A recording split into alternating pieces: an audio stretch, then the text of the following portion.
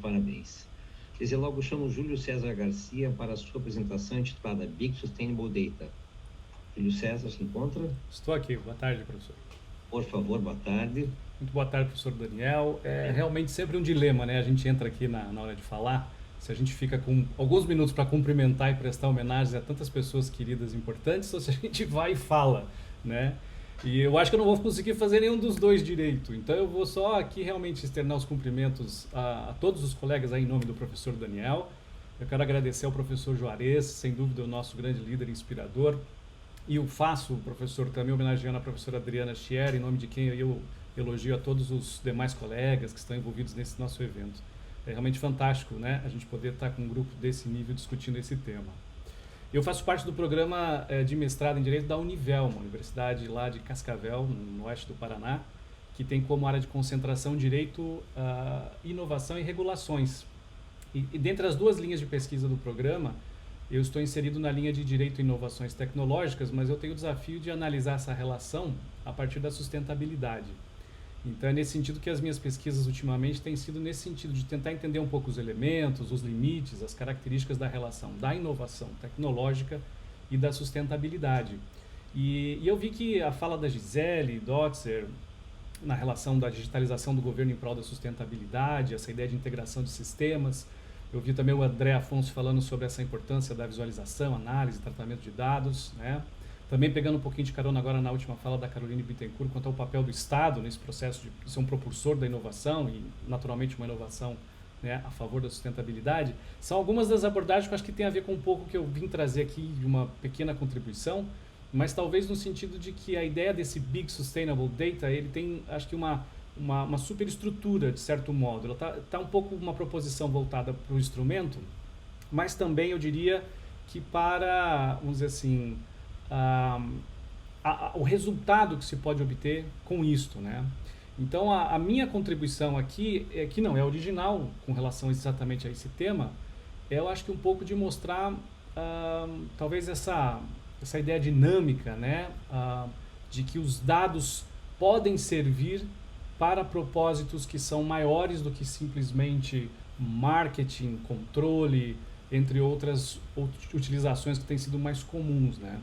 E aí eu vou fazer um convite aqui para vocês para a gente fazer uma viagem para o futuro, se vocês me permitem. Assim, imaginar um cenário de um dashboard em que nós temos capacidade de visualizar dados em tempo real relativos a uma série de indicadores que nos permitem tomar decisões estratégicas. Então, essa que é a brincadeira luxa que eu faço. Eu trago aqui para vocês terem uma noção.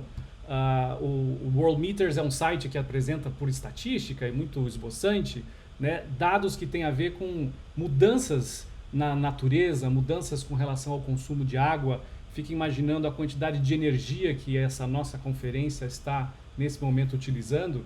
Então a minha provocação nesse sentido é a gente começar a utilizar essa ideia de um grande conjunto de dados não estruturados, que convencionalmente é chamado de Big Data, né, mas que ele passe a ser utilizado por meio desses mecanismos todos, como a inteligência artificial, para resultados que sejam favoráveis ao desenvolvimento qualificado da humanidade. Essa que é a ideia, né? Então, ao invés de ficarmos voltando, né, como eu disse, para questões que invadem privacidade, algoritmos que melhoram o alcance de marketing, nós podemos observar agora talvez um grande mecanismo regulatório que favoreça não só ao ambiente público, mas ao ambiente privado, a promover inovação sustentável utilizando desses grandes conjuntos de dados. Isso é uma condição de investimento público, mas também de promoção de incentivos para o investimento privado. Me parece que tem a ver um pouco com mudar um pouco a bússola, né? A utilização de dados para determinados fins que não geram ganhos, ao invés de nós podermos aplicar estes dados de forma a compreendermos em tempo real o que acontece. Então é um pouco essa visualização, que talvez tenha um caráter ainda um pouco futurístico, mas que ele é viável, ele é possível, e ele já está acontecendo em pequenas instâncias, em algumas experiências.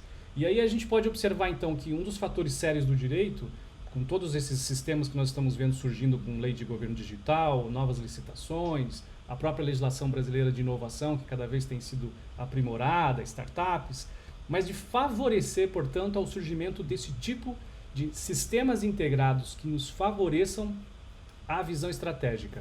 Naturalmente que isso passa por uma série de princípios éticos, como a anonimização de dados, referentes, por exemplo, ao consumo de energia, alimentos, os próprios descartes de diferentes formas de energia no ambiente. Me parece que esse tipo de painel ele vai ser um somatório, uma série de propostas que nós já vimos aqui, quanto a indicadores, a planejamento de estratégias públicas, a própria responsabilização, né? Não no sentido só de imposição de sanções, mas a autorresponsabilização das empresas que tenham essa visão de devolver algo positivo para a sociedade. Portanto, me parece que uma das questões-chave, que aí eu com isso concluo essa proposição aqui, vai um pouco de encontro à fala do professor Alexandre Pasqualini, que me parece que essa ideia de que transformar o desenvolvimento, a inovação, ou o próprio Big Data, né, em algo sustentável, não se faz só adicionando esse adjetivo. Então não basta dizer que é um Big Sustainable Data. Tem uma transformação muito séria que isso exige, que gera uma série de reciclagens de conceitos, de ideais e acho que de prioridades. Então acho que a grande provocação nesse sentido é exatamente de ter uma promoção do uso dessas ferramentas tecnológicas a favor da humanidade. Uma pauta ou uma agenda que seja positiva de bem-estar, de saúde, em favor da vida, em todas as suas formas. Fica aí a provocação e eu fico à disposição. Espero que a gente tenha mais oportunidades de discussões. Muito obrigado aí pela oportunidade.